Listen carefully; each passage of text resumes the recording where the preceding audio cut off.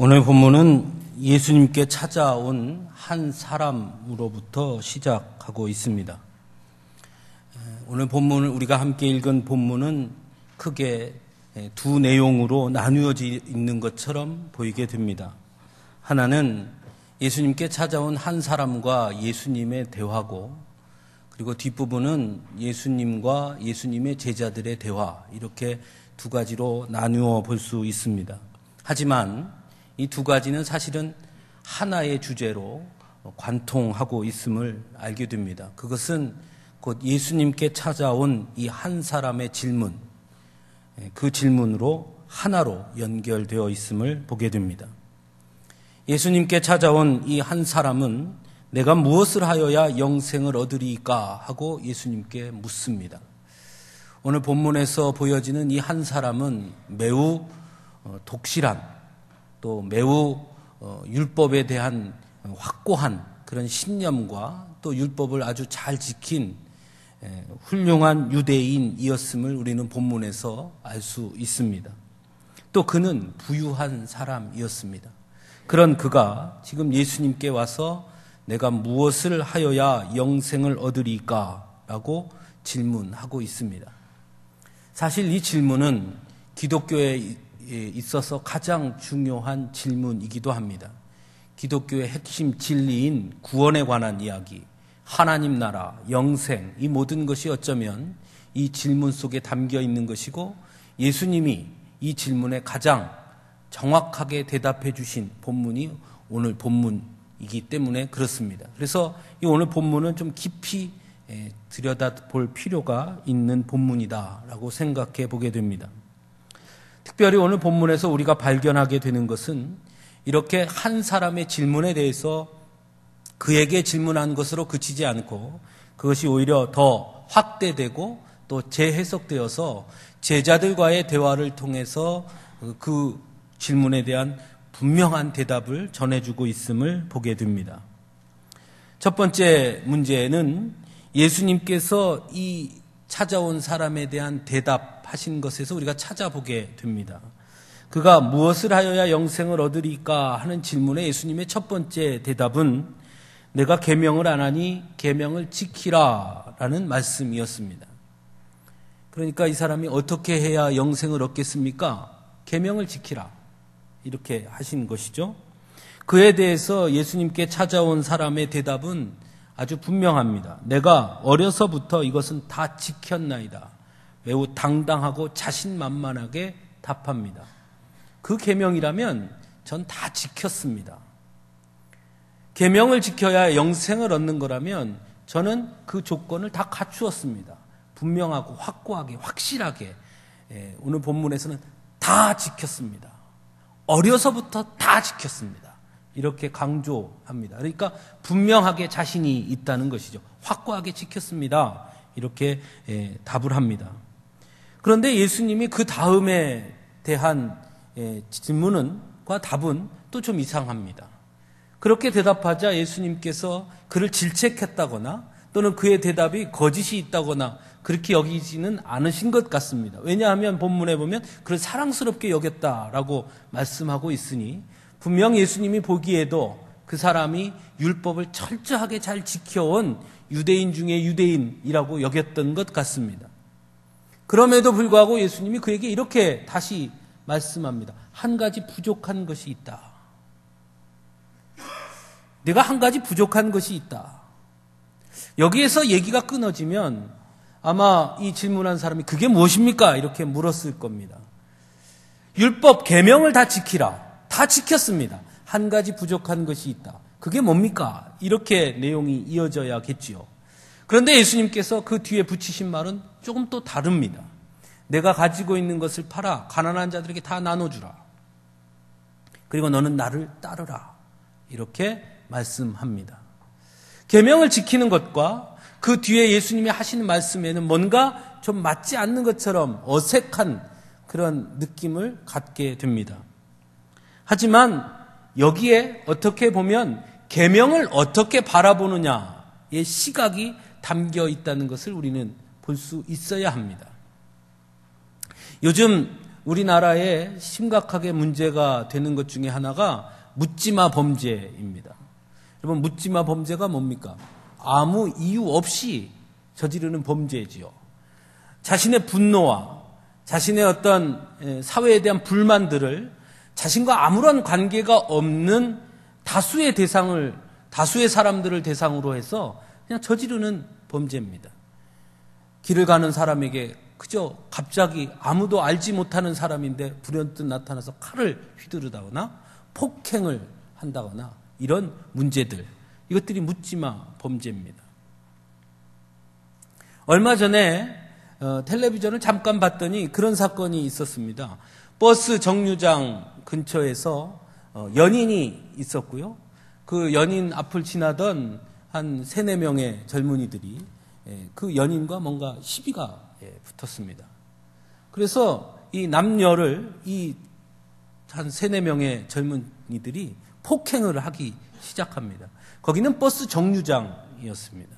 많은 사람들이 옆에 있었고 버스는 시간이 되면 정류장에 착착 서서 지나갔습니다. 그러니까 버스의 블랙박스 그 카메라에도 밖에 막 폭행하는 것이 다 찍힐 정도로. 그런데 어느 누구도, 버스 안에 있는 어느 누구도 그 밖에서 벌어지고 있는 그 폭행의 모습을 제재하려고 하거나 중재하려는 노력을 기울이지 않고 그냥 멀찌미 쳐다보고 구경만 합니다. 지나가는 사람들도 어느 누구도 거기에 간섭하거나 개입하지 않습니다. 주변에 상가에 있는 주인들도 그저 밖에서 이렇게 쳐다만 볼 뿐 아무도 거기에 간섭하지 않습니다. 폭행을 당하던 이 연인이 소리를 지릅니다. 경찰에 신고해 주십시오. 아무도 관여하지 않습니다. 결국은 매를 맞던 당사자들이 경찰에 신고를 했고 경찰이 오자 폭행하던 자들은 도망을 치고 맙니다. 여러분, 그거 어떻게 생각하십니까? 저는 그 사건을 보면서 이런 생각을 합니다. 자, 거기에 법을 어긴 범법자는 누굽니까? 폭행을 한 사람입니다. 아무런 이유 없이 다른 사람을 폭행했으니 그는 당연히 범법자입니다. 법에 의해서 처벌을 받게 될 것입니다. 나머지는 보고 가만히 있었던 사람, 가게 주인, 버스 승객들, 지나가던 사람들, 그 사람들에게 우리가 당신도 책임이 있습니다 하고 법을 들여대서 그들에게 벌을 줄 수 있습니까? 어떻게 생각하십니까? 다른 사람이 맡고 있는 걸 보고 그냥 지나쳤으니 당신도 잘못입니다 하고 법에 제재를 가할 수 있겠습니까? 처벌할 수 있습니까? 그렇지 않지요. 그것이 바로 법의 소극적 적용이라고 그럽니다. 법의 소극적 적용이란 뭐냐? 실제로 법을 위반한 것, 실제로 위반한 것에 대해서 처벌하는 것입니다. 그게 소극적 적용입니다. 2014년 4월 16일이 여러분 무슨 날인지 아십니까? 2014년 4월 16일. 세월호 사건이 있었던 날입니다. 배는 침몰했습니다. 지금도 여전히 우리 국민들이 분노합니다. 누구에게 분노합니까? 해경, 우리나라 정부 또는 대통령에게 우리가 분노합니다. 가만히 생각해 봅시다. 해경이 그 배를 침몰시켰습니까? 박근혜 대통령이 배를 침몰시켰습니까? 근데 왜 우리가 해경과 박근혜 대통령에게 분노합니까?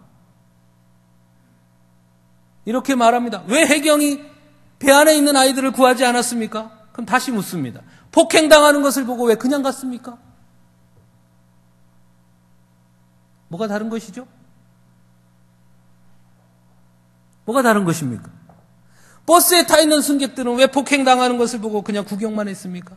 가게의 주인들은 왜 그것만 보고 그냥 구경만 했습니까? 왜 해경은 와서 아이들을 구하지 않았습니까? 왜 대통령은 그 일을 더 적극적으로 간섭하지 못했고 챙기지 못했습니까? 같은 질문이죠. 그런데 다른 것입니다. 그것을 법의 적극적 적용이라고 합니다. 권리가 크면 의무도 큰 것이죠. 사회 공적인 기관과 사회 공적인 사람들에게는 그만한 더 큰 권리도 있기 때문에 그에 합당한 더 많은 의무를 요구하는 것입니다. 그것이 적극적 법 적용입니다. 그래서 대통령에게 그리고 해경에게 당신들이 왜 더 적극적으로 그들을 구하지 않았느냐? 왜 그들을 더 적극적으로 그 문제에 개입하지 않았느냐? 그것을 요구하는 것이죠. 그리고 그것은 매우 타당한 것입니다. 오늘 예수님께 찾아온 이 한 사람과 예수님의 대화에도 그것이 보입니다. 예수님께 찾아온 이 한 사람은 나는 계명을 다 지켰습니다. 매우 소극적 적용의 틀에서 계명을 이해하는 것입니다. 나는 도둑질하지 않았습니다. 나는 살인하지 않았습니다. 그러니 나는 법을 다 지켰습니다. 계명을 완벽하게 지켰습니다. 그런데 예수님은 그의 대답에 이렇게 말씀합니다. 가난한 자들에게 나눠주라. 예수님은 그 이전에도 이런 말씀을 자주 하셨습니다. 사람들은 살인하지 말라 했으나 다른 이들을 보고 미워하는 것은 곧 살인하는 것이요. 사람들은 간음하지 말라 했으나 나는 내게 말하노니 다른 이를 보고 음욕을 품는 것이 곧 간음하는 것이다. 예수님이 이 한 사람에게 하시는 말씀은 하나님의 말씀에 대한 적극적인 적용을 해야 함을 말씀합니다. 나는 범죄를 저지르지 않았으니 괜찮아가 아니라 그것을 뛰어넘어 하나님의 계명을 실천하고 행하지 않는 것, 그것이 문제라는 것이죠. 가만히 생각해 보면 우리가 계명을 어겼기 때문에 죄인이 아니라 우리는 원래부터 죄인이지 않습니까? 계명을 다 지켰다고 한들 더 많은 죄를 저지르지 않았을 뿐이지 우리는 죄인인 것입니다. 맞지요? 그러니 죄인이 하나님의 나라 영생 구원을 얻을 수 없는 것이죠. 적극적인 하나님의 간섭하심과 은혜가 있기에 우리가 구원받은 것이죠.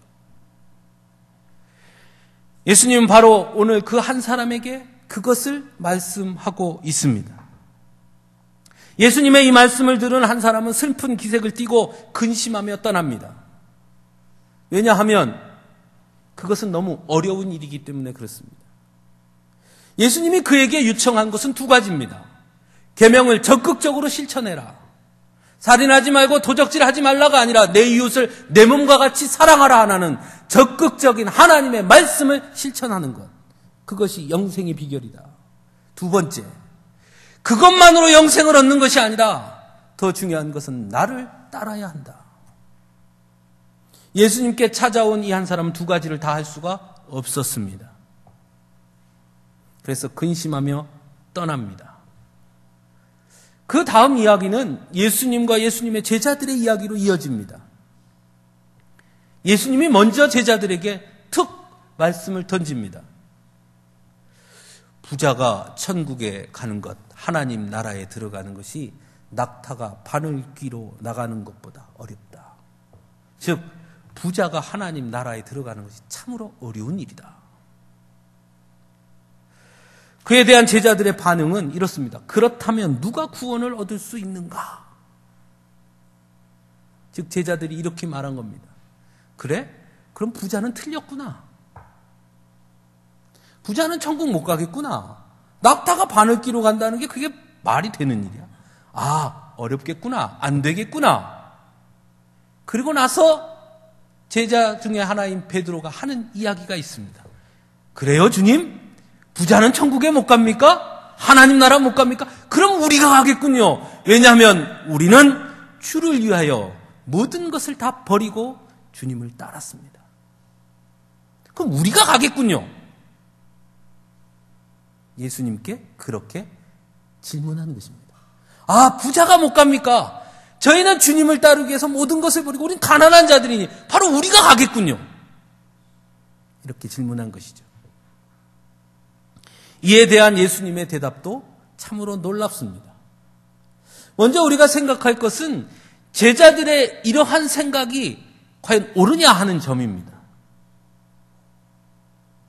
제자들은 사실은 예수님께 찾아온 그 한 사람과 똑같은 오류를 범하고 있습니다. 그래서 뭐냐면 영생, 구원, 하나님의 나라가 우리의 노력이나 어떤 우리의 힘을 통해 또는 우리가 가지고 있는 자격을 통해 그것을 충족시키면 할 수 있다라고 생각한다는 것입니다.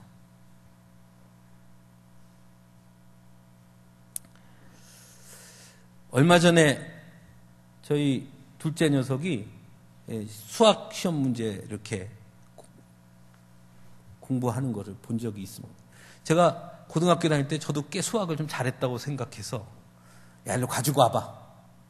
탁 갖고 와봐. 탁 봤는데 정말 하나도 모르겠는 거죠. 하나도 모르겠는 거예요. 저희 아내가 옆에서 그거 풀 수 있어? 그래서 제가 그 문제 보기 전에 아주 자신 있게 말했거든요. 내가 고등학교 때 수학 잘했거든. 내가 대학을 수학을 잘해서 대학에 간 사람이야. 탁 보는 순간 하나도 모르겠는 거예요. 그래서 다시 주면서 공부는 자기가 스스로 할 때 공부가 되는 거야. 이렇게 줬습니다. 실제로 저는 고등학교 때 수학을 꽤 잘했고요.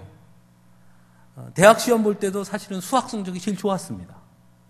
그래서 대학도 사실은 수학 때문에 갔어요. 근데 이제 보니까 모르겠는 거예요. 제가 지금 보니까 그 문제를 하나도 모르겠는 거예요.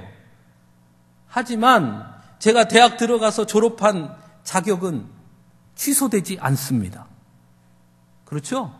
왜냐하면 들어갈 때 이미 그 조건을 갖춰서 들어갔기 때문에 후에 그것이 상실된다고 해서 빼앗아가지 않지요.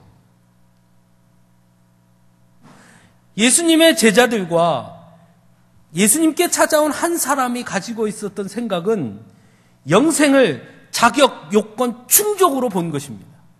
어떤 자격을 갖추면, 어떤 요건을 갖추기만 하면, 그러면 영생을 얻는다고 생각한 것이죠. 사실 이러한 생각은 우리의 생각 속에도 어쩌면 깊숙이 박혀 있는지 모르겠습니다. 예배 드리면, 주일날 교회 가면, 내가 기도하면, 또 교회에서 여러 가지로 헌신하고 봉사하면, 또 지금까지 그렇게 했으니, 그러면 된 것 아니냐, 조건을 갖춘 것 아니냐는 것이죠. 그러면 그 모든 조건을 갖추었으니 이제 된다라는 것이죠. 구원받을 만한 조건을 내가 갖췄으니 구원이 당연히 오는 것이라고 생각하는 겁니다. 그래서 우리가 생각할 때 하나님께서 믿기만 하면 구원을 받는다 할 때 이 믿기만 하면 이것을 조건으로 여기는 것입니다. 믿는다는 조건을 충족하면 구원은 저절로 주어지는 것이죠. 우리가 그렇게 생각하는 겁니다. 오늘 본문에서 예수님은 그것을 정면으로 부정합니다. 부자가 하나님 나라 가는 것은 낙타가 바늘길을 들어가는 것보다 더 어렵다. 그러면 못 가겠군요. 그러나 사람은 할 수 없으되 하나님은 다 하실 수 있느니라. 낙타길을 통과해야 되는 것이 아니라 하나님이 하시는 것이다. 하나님이 하시는 것이다. 어떻게 하면 영생을 얻을 수 있습니까? 어떻게 하면 구원을 받을 수 있습니까? 어떻게 하면 하나님 나라를 소유할 수 있습니까? 이러저러한 조건을 갖추어야 되는 것이 아니라 하나님이 하시는 것이다. 이것을 잊지 말아야 합니다.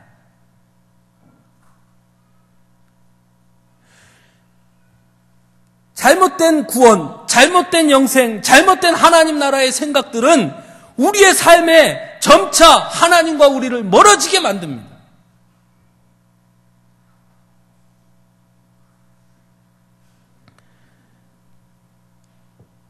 예전에 저에게 결혼을 하겠다고 주례를 부탁하러 온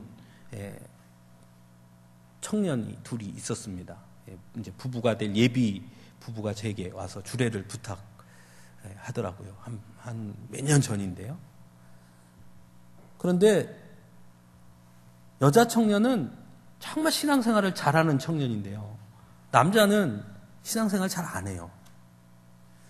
그래서 제가 주례를 부탁하러 왔길래 남자 청년에게 이렇게 물었습니다. 우리 신랑 되시는 분이 신앙생활을 잘 하겠다고 제게 약속을 해야 제가 주례를 서겠습니다. 그렇게 했습니다. 그랬더니 그 신랑 될 예비 신랑이 뭐라 그러냐면, 저는 제 아내가 신앙생활 하는 거에 대해서는 조금도 반대할 생각이 없습니다. 그러나 저는 안 할 겁니다. 제 앞에서 아주 당당하게 그렇게 말하는 거예요. 깜짝 놀랐어요. 왜냐하면 대부분 사람들이 그냥 그 앞에서 예 이러고 말잖아요. 근데 그냥 딱 그렇게 얘기하는 거예요. 그래서 깜짝 놀라서, 그러면 아내가 신앙생활을 잘 한다는 게 뭡니까? 제가 또 다시 물었어요.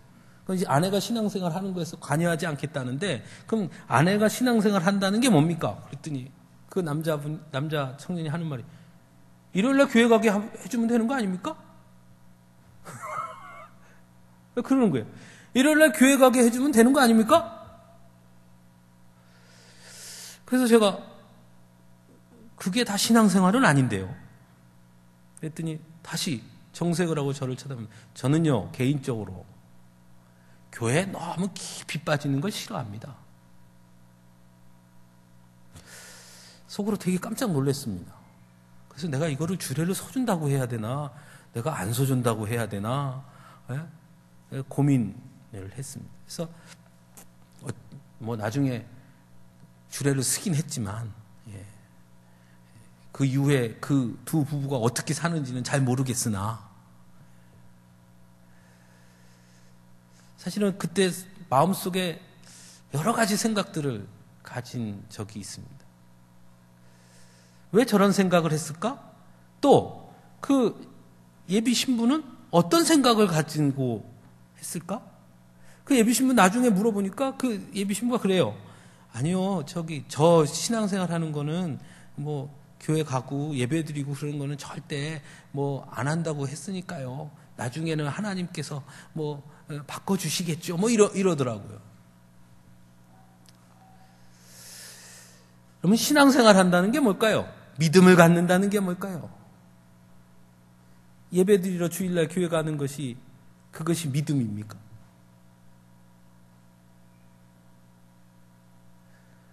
예배 드리러 주일날 교회만 왔다 갔다 하면 그게 믿음이고 그것으로 구원 받는 겁니까? 왜? 내가 그거 했으니까. 그래서 구원은 당연히 내가 그거 다 했으니까, 조건을 다 충족시켰으니까 주십시오 하면 하나님이 그래 너 조건을 다 충족시켰으니 주마 하고 주는 것입니까? 그게 아니라는 것입니다.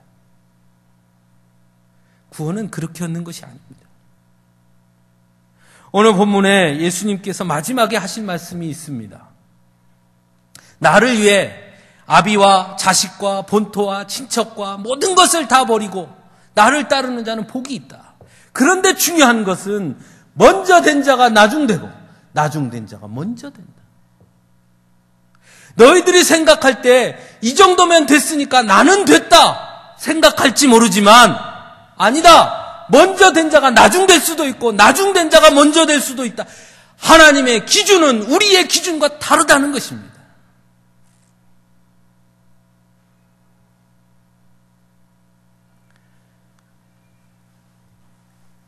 우리의 삶 속에, 왜 우리의 삶 속에 하나님의 말씀에 대한 실천, 왜 우리의 삶에 성화되는 모습들이 부족한 것이냐? 그것은 구원을 완료형으로 여기기 때문에 그렇습니다. 이제 구원 받았으니까 그 다음에는 아무 관계가 없다는 것이죠. 분명 우리는 구원받은 줄로 믿습니다. 믿습니다. 구원받은 줄로 확신합니다. 왜요?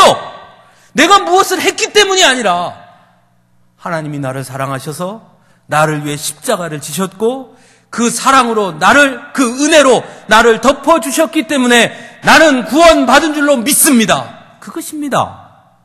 내가 무엇을 했기 때문에, 자격 요건을 다 갖추었기 때문에, 그러니까 구원을 받은 것이고 이제 됐다가 아니라는 것이죠.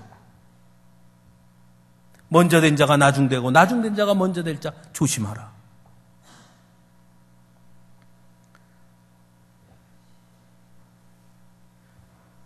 우리가 영생을 얻는 것, 하나님 나라를 소유하는 것,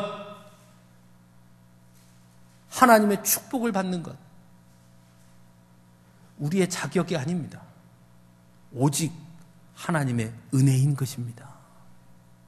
오직 하나님의 은혜요.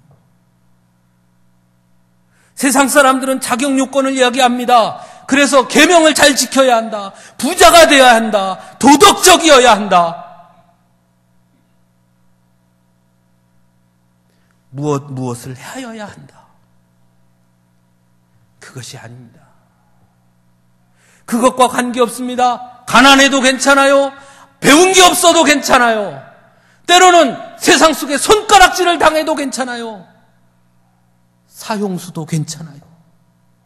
더 중요한 것은 하나님이 내게 베푸신 그 하나님의 은혜를 깨닫고 인정하고 받아들이고 그 앞에 엎드려 맞습니다. 주님, 나는 죄인입니다. 고백하는 자라면, 그래서 하나님이 은혜를 부어주시기만 한다면 그가 어떤 자리에 있든 하나님의 나라를 소유하게 되는 것입니다.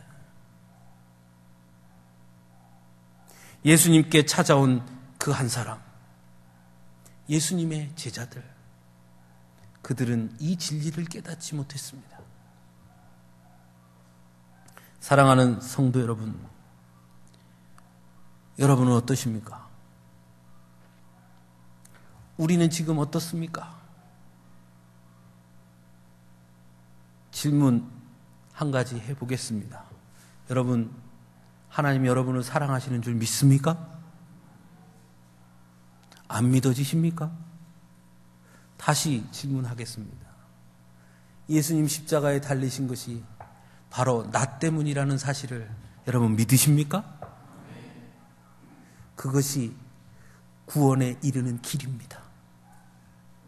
우리가 구원받을 수 있는 건 그 하나 때문입니다. 내가 무엇을 해서가 아니라. 그래서 우리가 질문해야 될 것은 이것입니다. 선생님, 선한 선생님이요, 어떻게 하면 영생을 얻을 수 있나이까가 아니라, 주님, 하나님의 은혜로 영생을 받은 자라면, 구원을 받은 자라면, 하나님의 나라를 소유한 자라면, 그러면 우리는 어떻게 살아야 합니까? 그걸 묻는 것입니다. 그 질문을 던지고 사는 것입니다. 하나님, 내가 구원받은 자라면, 내가 영생을 얻은 자라면, 하나님의 약속을 소유한, 하나님의 나라를 소유한 자라면, 그러면 나는 이 땅에서 지금 내 삶 속에서 어떻게 살아야 합니까? 이 고난 가운데, 이 어려움 가운데, 이 힘든 삶 가운데 나는 어떻게 살아야 합니까? 그걸 묻는 것입니다. 하나님 앞에 그걸 물으며 사는 것입니다. 그래서 하나님 앞에 날마다 기도할 때마다 주님, 구원받은 자로 살지 못했음을 고백합니다 하고 회개하는 것이고요. 주님, 오늘부터라도 구원받은 자로, 영생의 축복을 얻은 자로, 하나님의 은혜를 누리는 자로 오늘부터라도 다시 이 시간부터 다시 서게 하여 주옵소서, 다시 살게 하여 주옵소서 기도하는 것, 그것이 우리의 목 아니겠습니까? 우리 서강주교회 온 성도님들은 하나님과 그 질문을 나누며 한 발 한 발 구원받은 자로, 영생을 누리는 자로 서실 수 있기를 간절히 축원합니다. 함께 기도하겠습니다.